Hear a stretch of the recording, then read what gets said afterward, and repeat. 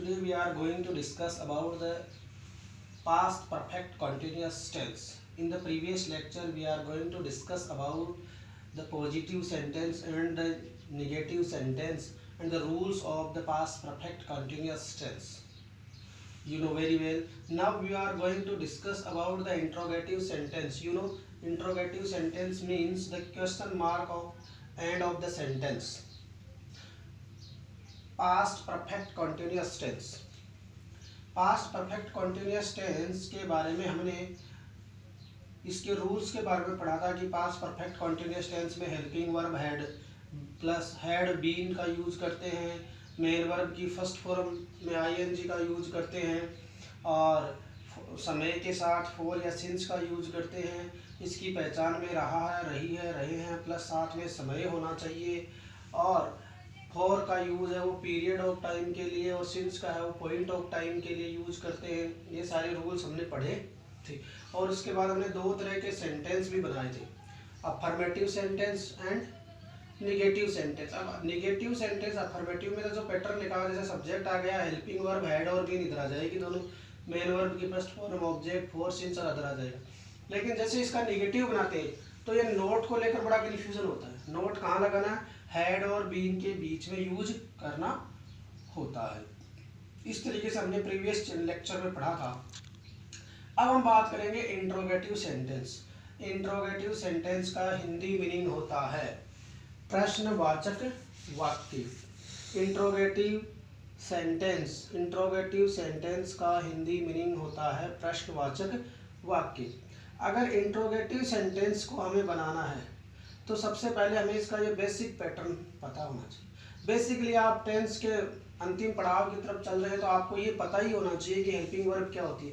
तो interrogative sentence में हम सर्वसामान्य बात यही होती है कि जो हेल्पिंग वर्ब होती है उसको हम बिगिनिंग ऑफ द सेंटेंस रखते हैं या हम उसको सब्जेक्ट के पहले रख लेते हैं। देखो मान लीजिए ये सब्जेक्ट है तो सब्जेक्ट के पहले हेल्पिंग वर्ब रखो, या वाक्य का प्रारंभ या स्टार्टिंग या बिगिनिंग किससे होगी, हेल्पिंग वर्ब से होगी।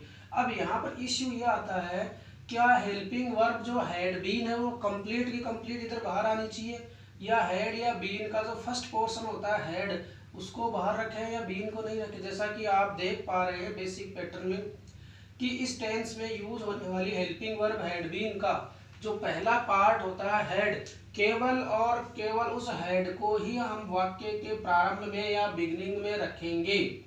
Is that clear? Not complete, only for had. और उसके बाद सेंटेंस में यूज हो रहे सब्जेक्ट का यूज करेंगे। Is that clear? अब हम बात करते हैं कि सब्जेक्ट के बाद हमेशा हेल्पिंग वर्ब आती है तो हेल्पिंग वर्ब का जो पोर्शन हमने इधर ले लिया उसको छोड़ देना है, बाकी क्या बच गया, बीन। तो मैंने पिछले प्रीवियस लेक्चर में भी कहा था कि बीन की स्थान में कोई परिवर्तन नहीं रहेगा, ये अपने यथास्थान पर कंप्लीट रहेगा। इसके बाद में देखो मेन वर्ब की जो फर्स्ट फॉर्म आती है, आपने वर्ब की फॉर्म्स पढ़ी हुई हैं। देयर आर 5 वर्ब फॉर्म्स, जैसे बेस फॉर्म होती है, पास्ट फॉर्म होती हैं, पास्ट पार्टिसिपल फॉर्म होती है, प्रेजेंट पार्टिसिपल जो कि है मेन वर्ब की फर्स्ट फॉर्म में आईएनजी प्रेजेंट पार्टिसिपल, और एक जो प्रेजेंट सिंपल फॉर्म कहते हैं जिसमें एस या एस फॉर्म भी होती है। इस प्रकार 5 बनती है। फिर हम ऑब्जेक्ट, यदि सेंटेंस में ऑब्जेक्ट है तो यूज करो, नहीं है तो कोई प्रॉब्लम नहीं है। फॉर या सिंस प्लस अदर। फॉर या सिंस टाइम सूचक वर्ड प्रीपोजिशंस होते हैं, फॉर या सिंस। अब देखो फॉर का यूज हम करते हैं पीरियड ऑफ टाइम, समय की अवधि के लिए, और सिंस का यूज करते हैं हम पॉइंट ऑफ टाइम के लिए, वॉच या क्लॉक का जो टाइम होता है उसके लिए। अब हम इसके एग्जांपल से इस इंट्रोगेटिव सेंटेंस को समझते हैं ना। क्या राम सोमवार से विद्यालय जा रहा था? क्या राम सोमवार से विद्यालय जा रहा था। अब देखो मैंने इसकी पहचान में 2 चीजें लिखवाई थी कि इस तरह के हिंदी सेंटेंस में या पास्ट परफेक्ट कंटिन्यूअस टेंस के हिंदी वाक्यों के अंत में रहा था, तो पहली बात तो था रही है, ये क्लियर हो गया कि पास्ट है। फिर रहा आ रही है, इसका मतलब क्लियर हो गया कि परफेक्ट है। फिर उसमें टाइम दिया हुआ है, सोमवार से आ रहा है, इसका मतलब पास्ट परफेक्ट हो गया। अब हम अकॉर्डिंग टू फॉर्मेट या अकॉर्डिंग टू बेसिक पैटर्न चले तो सबसे पहले क्या आना चाहिए, हेल्पिंग वर्ब। तो राम सब्जेक्ट है, या सब्जेक्ट सिंगुलर हो या प्लूरल हो, देयर इज नो इश्यूज। जब एक ही हेल्पिंग वर्ब होती है तो वही यानी होती है। तो सबसे पहले हेल्पिंग वर्ब ऐड को ले लेते हैं, सब्जेक्ट हेल्पिंग वर्ब के बाद सब्जेक्ट, तो वाक्य में राम है, सब्जेक्ट आ गया। फिर अब देखो हैड और बीन में से जो बची हुई हेल्पिंग वर्ब बीन है वो सब्जेक्ट जस्ट बाद में आ गई। फिर हम बात करते हैं मेन वर्ब की, तो मेन वर्ब गो के अंदर आईएनजी जोड़ दिया तो गोइंग बन गया। कहाँ जा रहा है? To school. टू स्कूल कब से जा रहा है? सोमवार से। सोमवार पॉइंट ऑफ टाइम है, निश्चित समय है, तो इसके लिए सिंस आ जाएगा। क्लॉक टाइम है, सिंस मंडे। और लास्ट में क्वेश्चन मार्क। अब देखना, क्या राम सोमवार से विद्यालय जा रहा था? Had Ram been going to school since Monday. Had Ram been going to school since Monday, question mark. इसी तरीके से हम दूसरा सेंटेंस देते, हम 2 घंटे से क्रिकेट खेल रहे थे, क्वेश्चन मार्क। हम सॉरी इसमें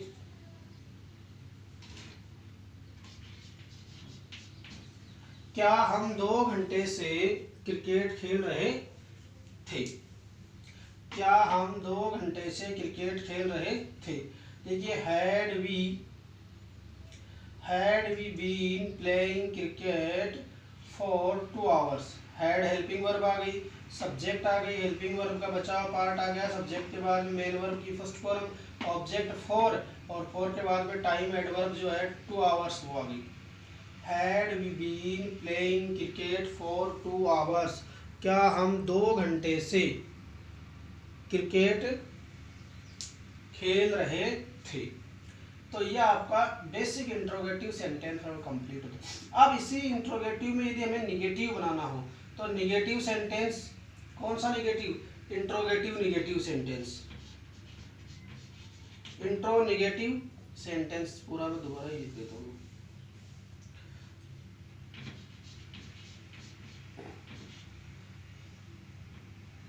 इंट्रोगेटिव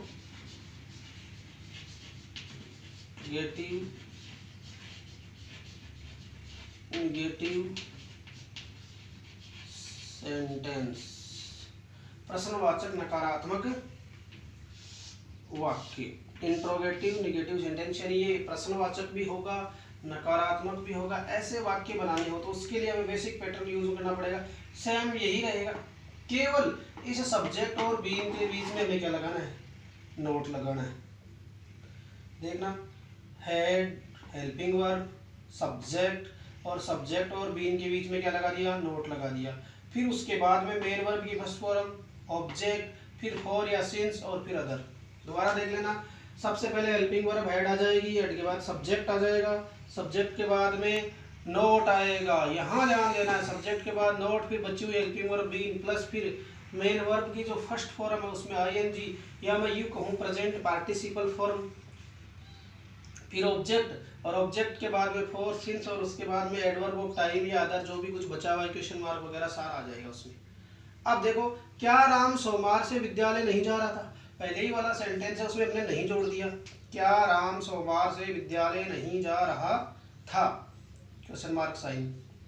तो सबसे पहले हैड हेल्पिंग वर्ब आ गई, सब्जेक्ट राम आ गया, सब्जेक्ट के बाद नोट आ गया, बीन की जगह बीन आ गया, मेन वर्ब की फर्स्ट फॉर्म में जिसमें विद्यालय में गो है, जा रहा है, गो में आईएनजी जोड़ा तो गोइंग बन गया। कहाँ जा रहा है? To school. कब से जा रहा है? Since Monday. Had Ram not been going to school since Monday. Had Ram not been going to school since Monday. क्या राम सोमवार से विद्यालय नहीं जा रहा था? क्या राम सोमवार से विद्यालय नहीं जा रहा था? Had Ram not been going to school since Monday. According to format, helping verb की जगह हेल्पिंग वर्ब, सब्जेक्ट की जगह सब्जेक्ट। अब राम सब्जेक्ट है इसमें वाक्य में, अब उसके बाद में नोट, उसके बाद में बीन, फिर ये गोइंग, इसमें जो वर्ब आ गई सिंस मंडे, ये एडवर्ब ऑफ टाइम आ गया है। अब दूसरा एग्जाम्पल देते हैं, क्या हम 2 घंटे से क्रिकेट नहीं खेल रहे थे? क्या हम 2 घंटे से क्रिकेट नहीं खेल रहे थे? देखना, वही हेल्पिंग वर्ब सबसे पहले आएगी, तो हेल्पिंग वर्ब हैड आ जाएगी। हैड वी, सब्जेक्ट के बाद नोट, तो note, main verb helping verb का बचा हुआ पार्ट बीन, मेन वर्ब की फर्स्ट फॉर्म प्ले, प्ले में आईएनजी जोड़ता प्लेइंग, क्या बन जाएगा? Playing. Object cricket, preposition for, 2 hours. For 2 hours क्यों आया कि ये पीरियड ऑफ टाइम है, not point of time. Period of time के लिए 4 आता है, तो फॉर 2 आवर्स। देखिए, क्या हम 2 घंटे से क्रिकेट नहीं खेल रहे थे? Had we not been playing cricket, had we not been playing cricket for 2 hours, क्या हम 2 घंटे से क्रिकेट नहीं खेल रहे थे? अब देखो इसके WH वाले वाक्य बनाते हैं। WH इंट्रोगेटिव एंड देखो WH इंट्रोगेटिव सेंटेंस। अब वाक्य इंट्रोगेटिव तो रहेगा, लेकिन उसके प्रारंभिक क्या आएगा? WH वर्ड आएगा। WH इंट्रोगेटिव सेंटेंस, WH प्रश्नवाचक वाक्य या WH फैमिली से प्रश्नवाचक वाक्य। तो इसका जो बेसिक पैटर्न बनेगा, क्या बनेगा? Basic formula. उसमें हमने ये पढ़ा था कि इंट्रोगेटिव सेंटेंस की मेकिंग है वो 2 प्रकार से हो सकती है, स्ट्रक्चर। तो उस स्ट्रक्चर में सबसे पहले WH वर्ड आएगा, लेकिन हिंदी वाक्यों में के अंदर प्रश्नवाचक शब्द है वो सेंटेंस के मिड में आएगा, मध्य में आएगा। क्या आएगा?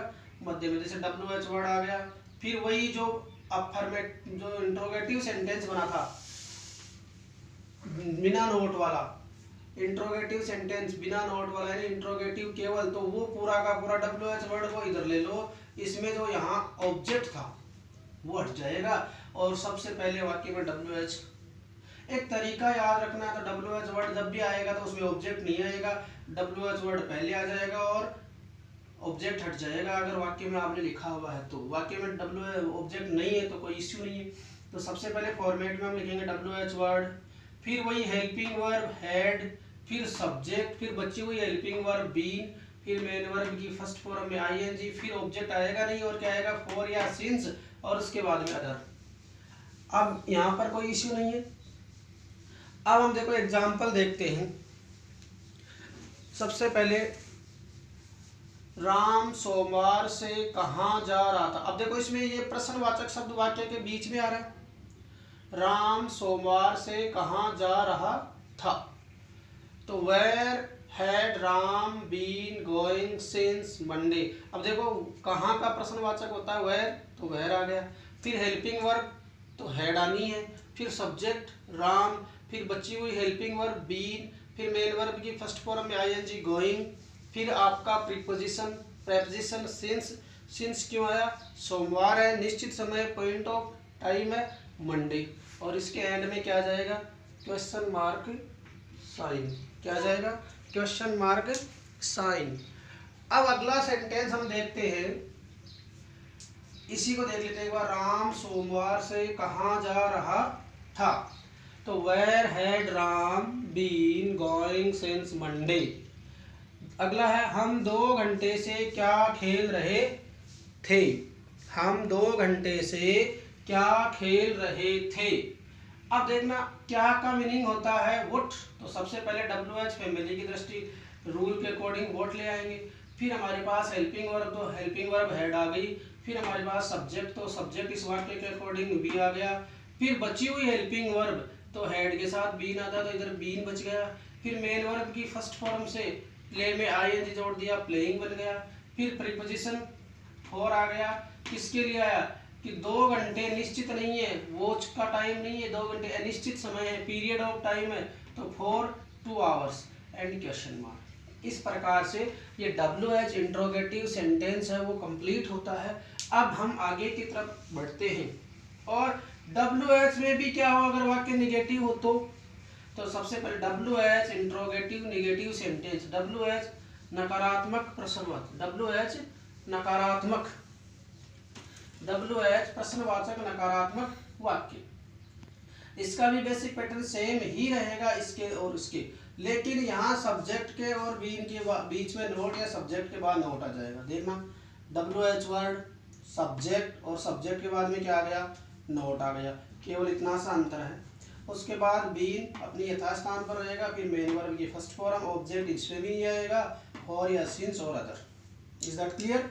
WH वर्ड सब्जेक्ट, सब्जेक्ट के बाद में क्या आना है? नोट, तो नोट आ जाएगा। फिर बीन आ जाएगा जो हेल्पिंग वर्ब का बचा हुआ पार्ट है। फिर मेन वर्ब की जो फर्स्ट फॉर्म है उसके अंदर ING या मैं यूँ कहूँ प्रेजेंट पार्टिसिपल फॉर्म का यूज करेंगे। फिर प्रीपोजिशन फॉर या सिंस जो आवश्यक होगा अकॉर्डिंग टू टाइम वो लगाएंगे, फिर टाइम एडवर्ब का जो भी टाइम है वो लिखेंगे, क्वेश्चन मार्क आ जाएगा, ये सारे अदर में आ जाएंगे। देखना, राम सोमवार से कहाँ नहीं जा रहा था। पहले वाला था राम सोमवार से कहाँ जा रहा था, अब इसमें आ गया कहाँ नहीं जा रहा था। तो वाक्य तो वह का वही, हमें केवल नहीं का मीनिंग लिखना है। अब नहीं का मीनिंग कहाँ आएगा, देखना, राम सोमवार से कहाँ नहीं जा रहा था। तो देखो कहाँ का मीनिंग होता है वेयर, फिर हेल्पिंग वर्ब हैड आ गई, सब्जेक्ट राम आ गया, सब्जेक्ट के बाद में क्या आ गया नॉट, केवल ये नॉट ऐड हो गया, बाकी उसके बाद में बीन, फिर मेन वर्ब की फर्स्ट फॉर्म में आईएनजी जोड़ देंगे तो गोइंग, और फिर प्रीपोजिशन सिंस, कैसा टाइम है, पॉइंट ऑफ टाइम है, फिर Monday. Where had Ram not been going since Monday? Where had Ram not been going? Where had Ram not been going since Monday? Ram सोमवार से कहाँ नहीं जा रहा था। ऐसे हम आगे वाला वाक्य देखते हैं, हम 2 घंटे से क्या नहीं खेल रहे थे। हम 2 घंटे से क्या नहीं खेल रहे थे। अब देखो हम, तो सबसे पहले इसमें प्रश्नवाचक वर्ड क्या आ रहा है, इंट्रोगेटिव वर्ड क्या आ रहा है, क्या, और क्या को WH की फॉर्म में वोट बोलते हैं। तो सबसे पहले तो WH वर्ड चूज किया इसके लिए वोट।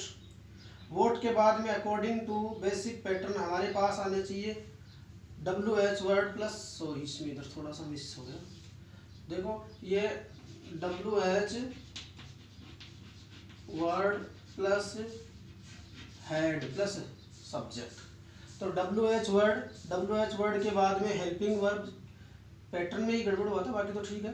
WH वर्ड और उसके बाद में हेड, तो WH वर्ड के बाद में हमने लिखा हेड, और हेड के बाद में हमने लिखा सब्जेक्ट, तो ये सब्जेक्ट आ गया WH word plus helping verb head plus subject, और सब्जेक्ट के बाद में क्या लिखना है नॉट, और नॉट के बाद में क्या आएगा मेन वर्ब की नॉट,